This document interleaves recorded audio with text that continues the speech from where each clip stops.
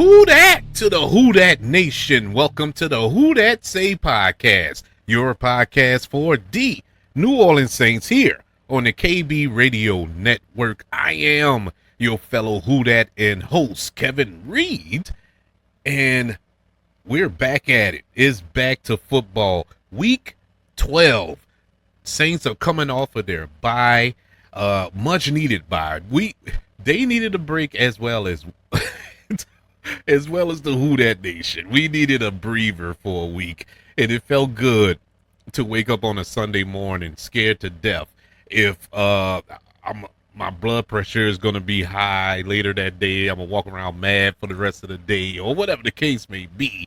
It was good to have a reprieve for a week. And so now we're recharged. Now we are back in business, and boy, what better game to get back into it but against our hated rivals, the Atlanta Falcons. This Week 12 matchup will pit the New Orleans Saints, who currently are 2-8 on the season, going up against the Atlanta Falcons, who are currently just one game better at 3-7. Clash of the Titans this Sunday. This is not. If you would have told me 5-6 years ago that we would get to this point in the NFC South where the two worst teams in the division were the Saints and the Falcons, I would have looked at you crazy, because we were still dominating the division 5-6 years ago. You know, we were holding our own. We weren't having much playoff success, but we had the division on lock. Atlanta was right there with us. It was a race every year between us two. It was a fight for a division title between these two teams every single year. Every now and then, Tampa will rear his ugly head, and Carolina is Carolina. But now, here we are. Here we are in 2025, and these two teams have 5 wins between the two of them 12 weeks into the season. You couldn't tell me that was going to be the case. Ironically, both of these teams' last game were against the Carolina Panthers. The Saints had success. They knocked off the Panthers in their best game of the season, hands down, 17-7 in Week 10, and that snapped our 4-game losing streak. Thank God, because it was depressing, to say the least, to put it mildly.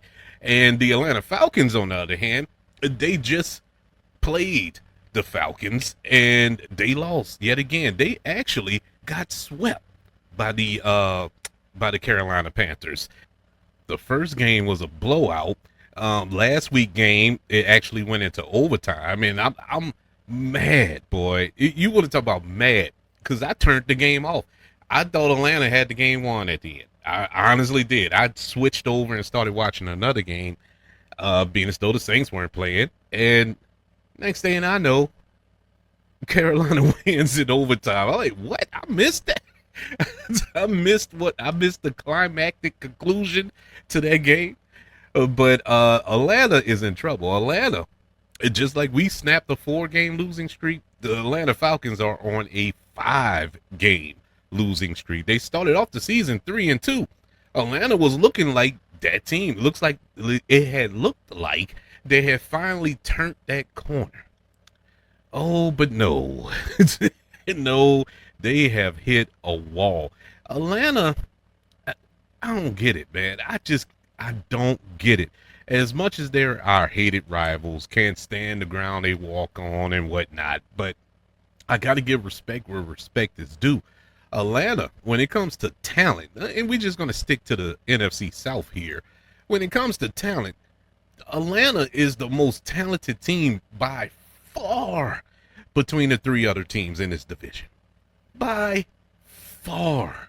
It's not even close. It doesn't make sense to me why this team look the way they look, why they play the way they play. They are the most underachieving team on God's green earth. And this ain't shade. I'm not trying to belittle them. It's just the truth. They'll tell you themselves that they're underachieving. There's no reason that team should be struggling like they are. Saints are struggling. Yeah, rookie quarterback and new system, new coach, and blah, blah, blah. Okay, they're struggling. They shouldn't be struggling as much as they are, but they're struggling nonetheless. It's kind of understandable.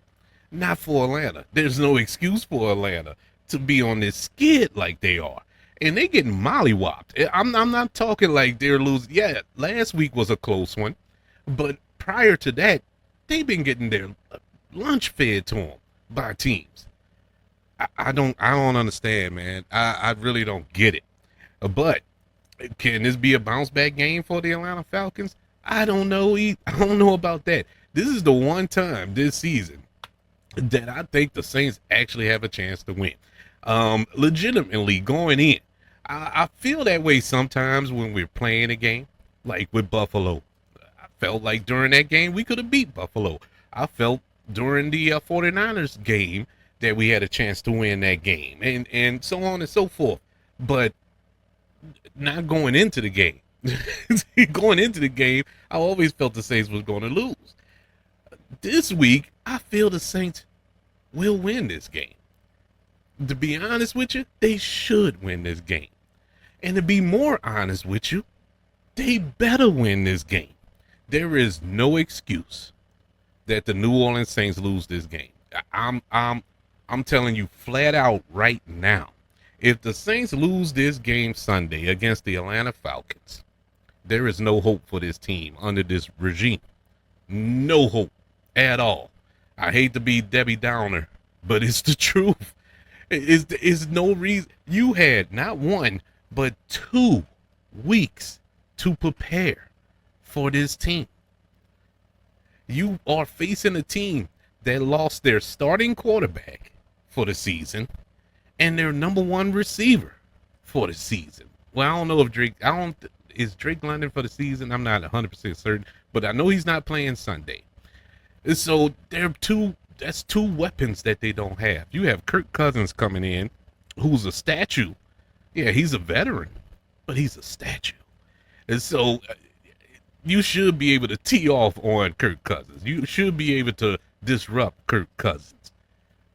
Now, B.J. Robinson, that's going to be a problem. I would say take him away, take him out of it, and put it in Kirk Cousins' hands, which sounds crazy, but I'd rather that than the slow, methodical death that Bijan Robinson is going to give you. And so, but why am I telling them this? You had 2 weeks to prepare. And so I'm not confident. I'm not going to say with confidence the Saints will win, but I know that they should win. Before we go a little deeper into this game, though, I want to address the elephant in the room. I was supposed to do a show last week during the bye week, kind of giving our mid-season grades of the team. One, it was 3 reasons why I didn't do the show. Number 1, it really wasn't nothing to grade. The team looks horrible. The team looked bad. Those first 10 weeks. Yeah, we were coming off a victory, and everybody is high off of that victory. Like the Saints have turned the corner. They have arrived off of 1 win. People need to relax. Just relax. Number 2, it would have been anger filled. And I'm trying to work on my mental health, people. I really am. I know it doesn't seem that way, especially when I talk about the Saints after every game. But I really am trying to work on my mental health. I'm really trying not to be so negative about everything, but it really was nothing positive to say about the Saints other than the fact that they won the game, their last game going into the bye. If I go from week 1 on, 1 through 9, no, I have nothing to talk about positively. The team looks horrible. Everything looks horrible. So that's the reason. Number 2, I was still considering powering through an episode recording an episode and dropping it. And then news broke. News broke. Coming from Gail Benson herself, the owner of the New Orleans Saints and also the Pelicans as well. But she decided to talk.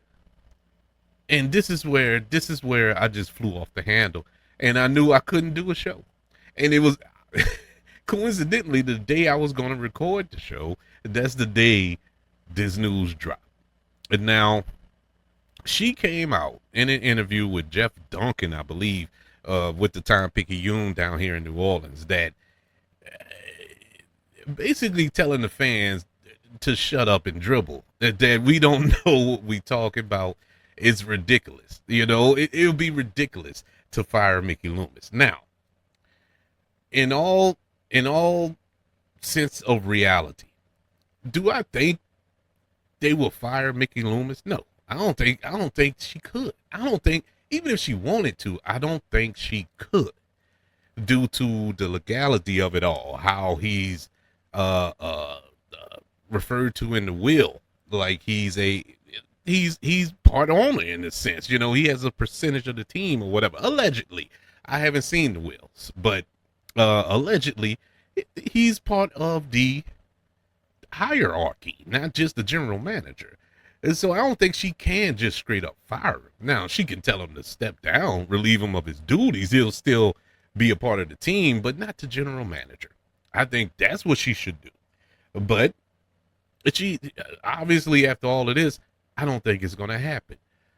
And the problem is, what got me so mad, I'm cool now to a degree, but what got me so mad was the fact that she's just completely lost. How can you sit there and use examples of what he did in the 2006 draft as a reason why you would keep him as general manager? Does she not realize it's 2025? We are literally, months away from the next draft, which will be the 10-year anniversary of that draft. 10 years. And you using that as an example? No. You can't sell me on the 2006 draft and say, oh man, look what he's done. Well, what about the drafts underneath that? What about the other drafts? All these players that were busts, the Cesar Ruizes, the Trevor Pennings, the Marcus Davenports, the Peyton Turners, all of these first round draft picks that's not even on the team. Oh, but he's doing an excellent job.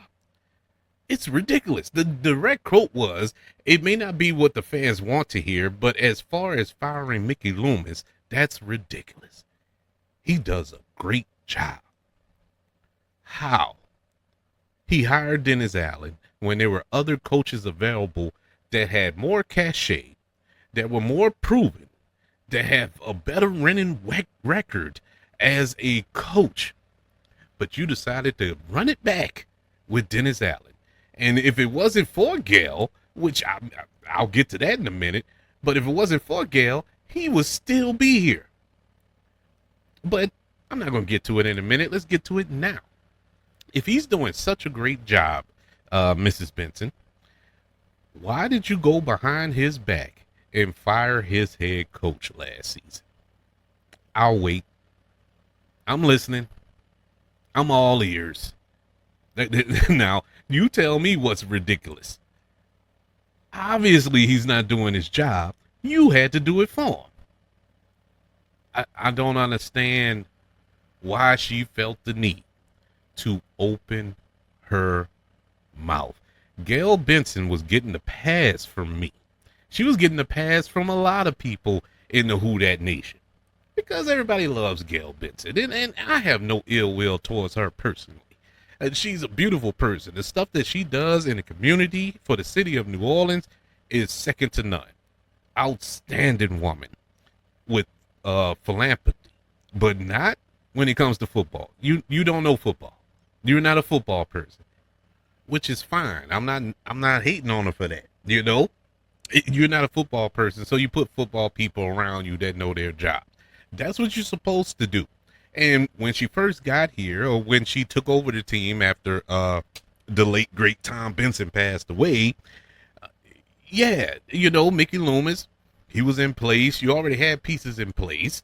Okay, I get you running it back with everybody for a time, but now after you've been the head of this team, the owner of this team, and you've seen the law of diminishing returns year after year after year, you can't tell me that this guy is doing a great job. It's embarrassing. If he's doing such a great job, this team can't even release a player right. The Saints reportedly released wide receiver Brandon Cooks earlier this week, which I get it, because what was he doing here? He wasn't producing anything. Well, he was getting like 2 catches a game, 2 targets a game, or something like that. He wasn't doing anything here. And so, yeah, release him, get rid of him. Let him go somewhere where he can win or something. Well, the report came out just the other day. He's still with the team. Why is he still with the team? Because of his contract. Something with his contract. They haven't released the details, at least not of as the time of this recording, but he can't just up and be released like that. It's got to have some type of compensation or something like that. Like I said, it's real vague, but in short order, he's still with the team, even though he is released. That's what I'm talking about. Where that makes sense at? Where have you heard that at? Who does that, man? Only the Saints. Only the Saints. You can't even get rid of players. You can't even kick them out the house. They still got the key. You didn't take the key. But that's the Saints. That's the Saints. That's Mickey Loomis. And as long as Mickey Loomis, and Gail Benson needs to realize something.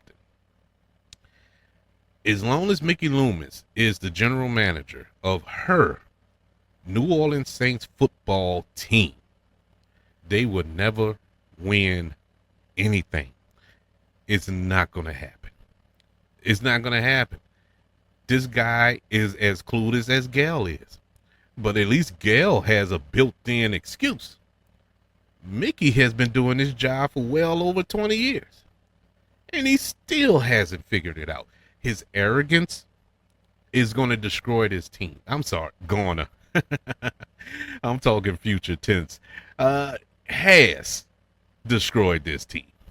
That's why Sean Payton's not here. That's why certain coaches didn't want to even interview for this job this past off season. All because of him. Bad trades, bad contracts, bad drafts, bad everything. You do that on your job.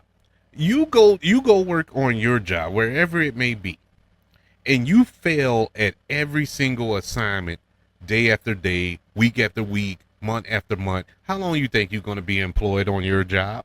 I'm more than certain they will either suspend you, fire you. That's it. There's no other option, or get your mind right.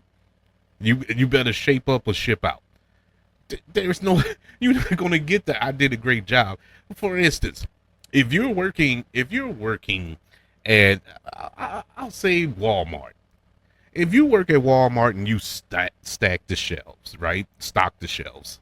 And you put the lotion where the shampoo should be, or you put the frozen meat on a display aisle where it's not refrigerated and stuff like that. You keep doing this every single day you at work.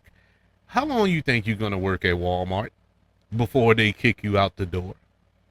That's exactly what Mickey Loomis is doing. And so I don't understand it. I don't get it. And quite honestly, how I felt after I saw that interview, or read it, I should say, read that interview, I just felt there was no hope. I felt all hope was lost when she said that.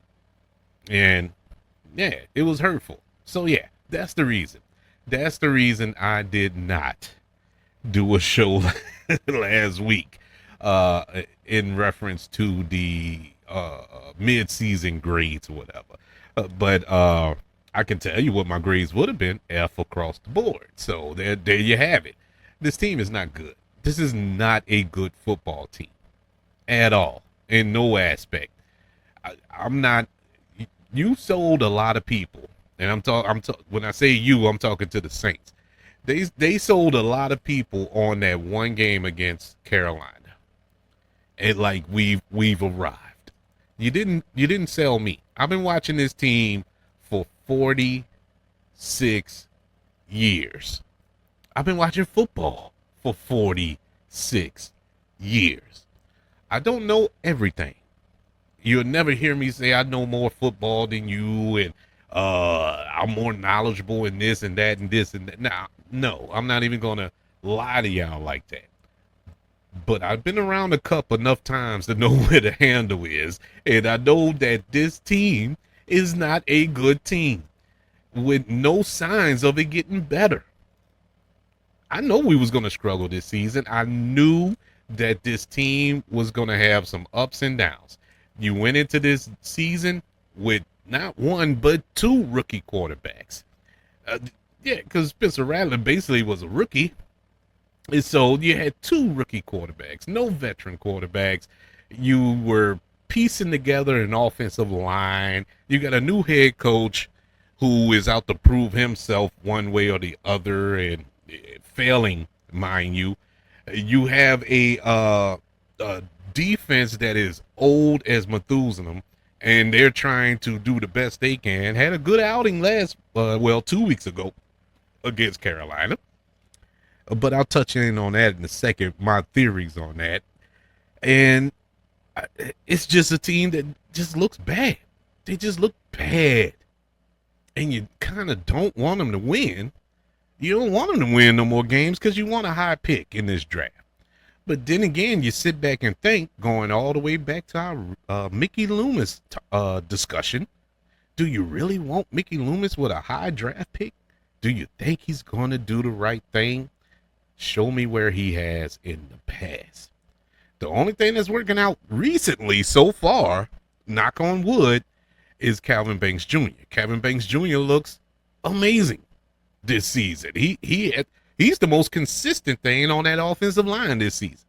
And so that's working out, but that was pretty much a slam dunk pick anyway, because he was the highest ranking offensive lineman in the draft. You know, you see him at Texas, the dude was a beast in college.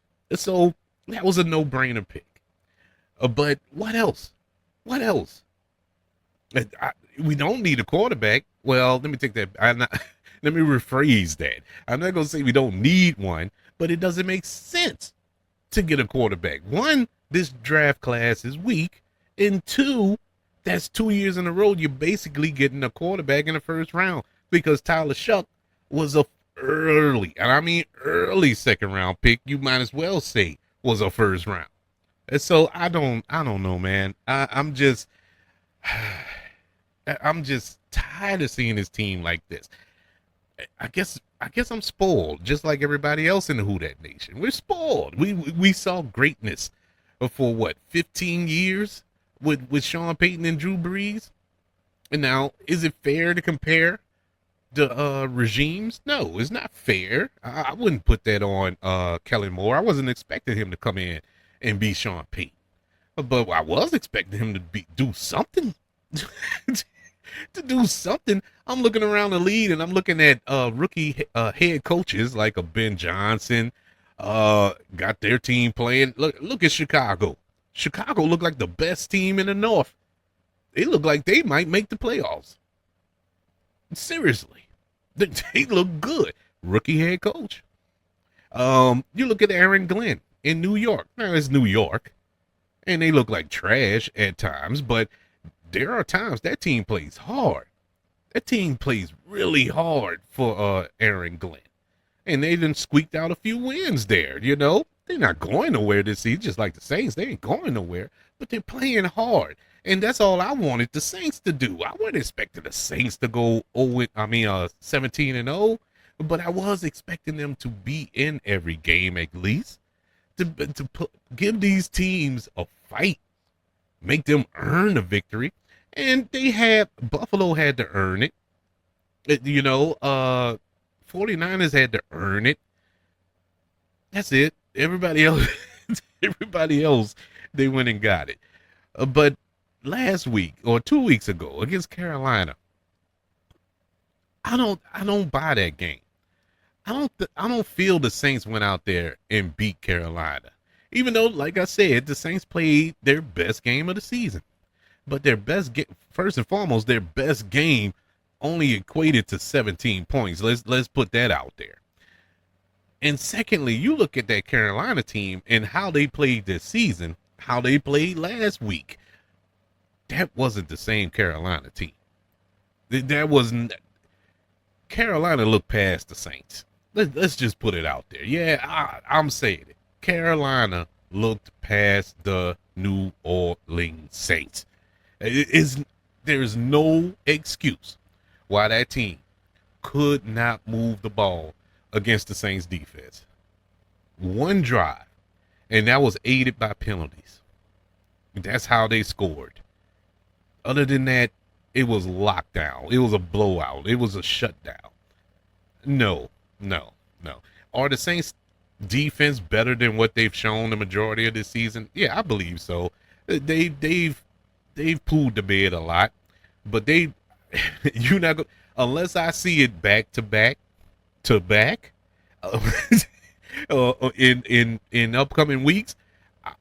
I'm not gonna believe that defense has arrived, or the system that Brandon Staley implemented finally clicked in week 10. But we shall see this Sunday. We'll see. Can we string together back-to-back wins, something we haven't done in a very long time, and not just this season, but we got to go into last season. I think the first 2 games of the season of last year when we started off 2-0. That was the last time we won 2 games in a row. And so can we do it again against the Atlanta Falcons this Sunday at 3:25? They flexed it, I think, and pushed it down to the evening like it's a marquee game for some strange reason. It's marquee for the Who Dat Nation and Falcon fan base because of the rivalry. The records don't mean nothing. The records go completely out of the Caesars Superdome. This is a fight for pride. This is not about a division, not about playoffs, not about a Super Bowl. This is about Atlanta versus New Orleans, straight up. So, going around the division, Carolina, this week they will travel to San Francisco to take on the 49ers. The 49ers are 7-2, and I think that's Monday night.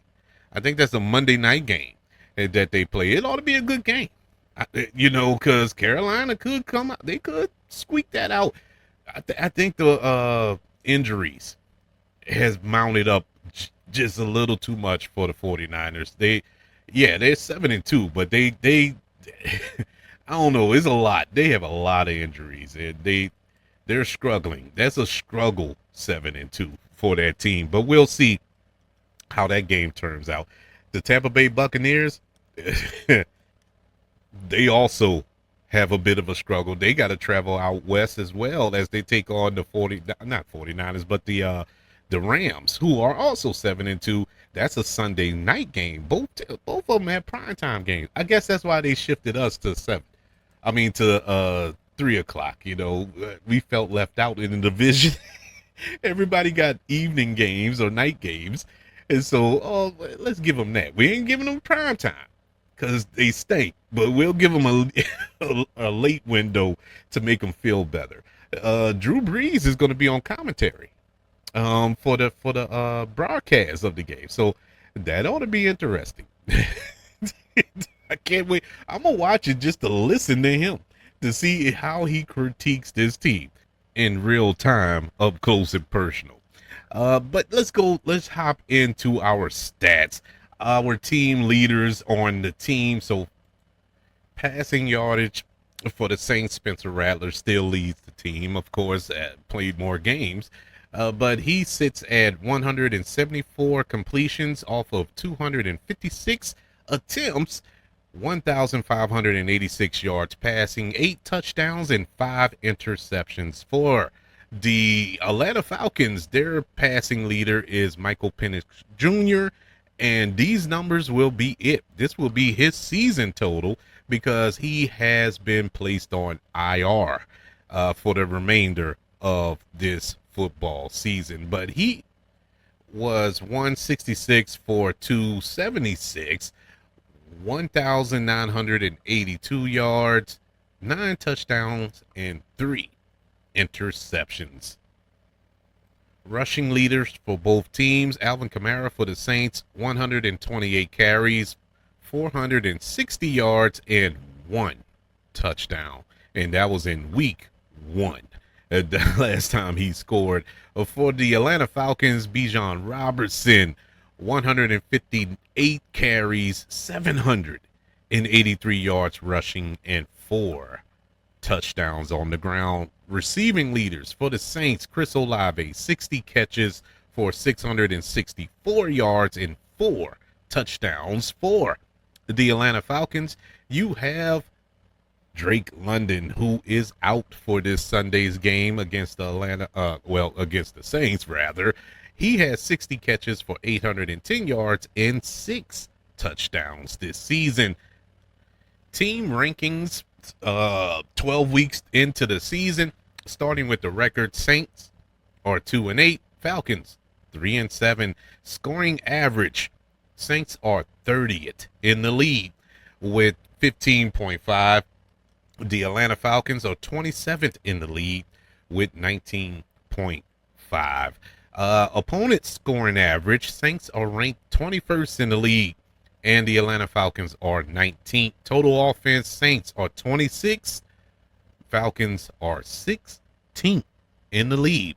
And total offense. Total defense: Saints are 10th in the league. That's a shocker. Saints are officially a top 10 defense. I can't make this up. Numbers don't lie. My eyes do, apparently, but the numbers don't. Saints are 10th in the league. Atlanta is 13th in the league in total defense. Going into our injury report for Sunday's game versus the Atlanta Falcons, beginning with the Saints have one player who has been ruled out, and this is on the injury report now. This is one player, and that is Brandon Cooks. Brandon Cooks have been ruled out for Sunday's game for quote-unquote personal reasons. He's been released, but they can't. This is mind-boggling to me, but he is the only one that has officially been ruled out of Sunday's game. We have a few questionables, well, 3 of them. Taliense Fuaga with an ankle injury. He was limited in practice. He is questionable. Alvin Kamara is also questionable with that ankle. That's something that has been following him all season, so he's going to play. I don't know what I can't remember what game that was he got hurt, but I do remember him getting hurt. Either way, also you have Barry Wesley, offensive tackle, with a hip injury, but he is questionable for Sunday's game. Going to Atlanta Falcons, theirs aren't as bright and bubbly as ours. I mean, it is super long, so I'm gonna try to go through a few, go through them as best as I can. They have several players who are out for Sunday's matchup against the Saints. Beginning with the big elephant in the room, I mentioned it earlier. Of course, their quarterback, Michael Penix Jr., with the knee injury. He is out not only for Sunday's matchup, but for the rest of the season. Also, Drake London with a knee injury. He has been ruled out for Sunday's matchup. Linebacker Josh Woods with a hamstring. He has been ruled out. Defensive tackle Zach Harrison with a knee injury. He has been ruled out. Cornerback Billy Bowman with an Achilles. He has been ruled out for Sunday's matchup. And they also have quite a few questionables. Guard Chris Landstrom, He has a foot injury. He is questionable. Guard Matthew Bergeron, he has an ankle injury as well. He is questionable. Divine Diablo with a forearm injury. He is questionable. Leonard Floyd, linebacker, hamstring, questionable. And linebacker Malik Burdom, he has a shoulder injury. He is questionable for Sunday's matchup versus the Saints. This will be a homecoming of sorts, by the way. You have Caden Ellis, the linebacker for the Falcons, former Saint player who has flourished over there in Atlanta. What's his name? David Agumata. He's over there. He's the defensive tackle. Also looks good in Atlanta. They're there. They are there. And another testament to Mickey Loomis, all those players that they released, didn't give contracts to, went elsewhere and flourished. Just like those two names I mentioned. Think of the Trey Henderson. Think of the oh my God, why am I blanking on his name? He's in Philly now, the linebacker who we had on special teams. And we couldn't get him on the field here. Oh, why am I blanking on his name? It's gonna come to me after I finish. But anyways, yeah, you let all these players go and they went elsewhere and flourished. And it's just, and they walked out the door for nothing. Most of them for nothing. Anyway, this Sunday, keys to victory. And like I said to start off the show, the Saints should win this game. Will they? I don't know. I'm still not bold enough to come out there and say, oh, Saints gonna win. No, I'm not ready for that. But the Saints should win, and how they can win defensively, Saints will have to contain Bijan Robinson. There's no ifs, ands, or buts about it. Kirk Cousins will have to beat me. Now, can Kirk Cousins beat you? Yes, he can. It's Kirk Cousins. You know, he's a veteran quarterback. He's seen it all. You know, it's nothing you can throw at him that he probably hasn't seen. But I would live with that. I can live with that. You got to take something away. Saints did a good job 2 weeks ago against Carolina. They took away their star running back, Rico Dowdle. They took, non-factor, zero factor. And they were lost. The Carolina Panthers were lost and eventually did lose as a team. And so you got to take something away. Offensively, Saints, number one, and I know this is a tall ask, but can we score over 20 points? I mean, is that possible? Can we get into the end zone not once, not twice, but 3 times in a game? Is that possible? I'm asking for a friend because you put a lot of pressure on the defense here, and that's what's really wrong with our defense. You asking a lot of this defense. The Saints defense will be lights out great. I know they're top 10, sitting at 10 right now, technically, so they're top 10, but they can be top 5 if the offense was able to stay on the field, give us long, sustained drives, you know, capitalize on turnovers, capitalize in the red zone. The Saints offense isn't doing that. You know, the Saints defense is built to maintain a lead. And that's what they're built for. They're great. They'll be great as that. As it is right now, they're doing all the heavy lifting. And then we get mad at the defense at the end of the game because they're tired. They can't hold it. They've been forcing 3 and outs, 3 and outs, 3 and outs, get a turnover, forcing 3 and outs, 3 and outs, 3 and outs. Special teams will get a block or something, and the offense can't capitalize and puts them right back on the field. You're hurting the defense with that. You have to play. I know y'all heard the expression, but it reigns true. Complementary football. Complementary football. If everything is clicking together, you will win the game. Just like 2 weeks ago, everything was clicking, and you won. I just need a little more. And I know this is a a team that's working, that's building. I'm not looking for you to score 30, 40 points a game, but take some pressure off the defense. Get you a 2-score lead and see this defense just pin their ears back and win. That's all I'm asking. Yeah, the Saints should win this game. Um, unfortunately, we're gonna have to sit down, grab us, grab us a beer or a Coke, whatever your weapon of choice, and actually watch this game to see if the Saints can come out victorious this Sunday against the Atlanta Falcons. I made the joke earlier that, woke up last Sunday without the stress of knowing the Saints will put me, knowing the stress that the Saints are going to put me through. But the reality was I was bored senseless Sunday. I couldn't, it just wasn't right, man. I watched every game. I just turned on Red Zone and let it play, just watch the, eventually I got tired of watching one game. So I turned it on Red Zone because my OCD was going crazy.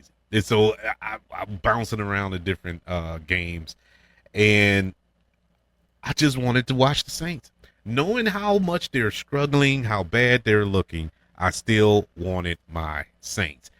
And it's going to feel good to watch my team play this Sunday. I'm looking forward to it regardless of the outcome that it waits us ahead. But we shall see. I would like to know, what do you think of this game going forward? What did you think of the comments by Gail Benson last week to Jeff in that Jeff Duncan interview? Do you agree with her? Are we tripping? Are we looking at it wrong? I would love to know your thoughts. Email the show, kbradiopodcast@gmail.com. You can also search for the show on all social media platforms. Just search for the KB Radio Network. Also, don't forget about YouTube, ladies and gentlemen. Subscribe to the KB Radio Network channel and like this video if you don't mind. Don't forget about the 5 stars, the reviews, and sharing this show if you're listening on Apple Podcasts, Spotify, iHeartRadio, wherever you are currently listening to the Who That Say podcast here on the KB Radio Network. Everybody, thank you for joining me for this preview of the Week 12 divisional matchup between the Atlanta Falcons. Hey, I got choked up talking about it. Even saying their name make me want to gag. The Atlanta Falcons and our New Orleans Saints. Don't forget that after the game on Sunday, I will be back to recap a Saints victory. We shall see. But until then, you can hear me screaming, "Who dat?"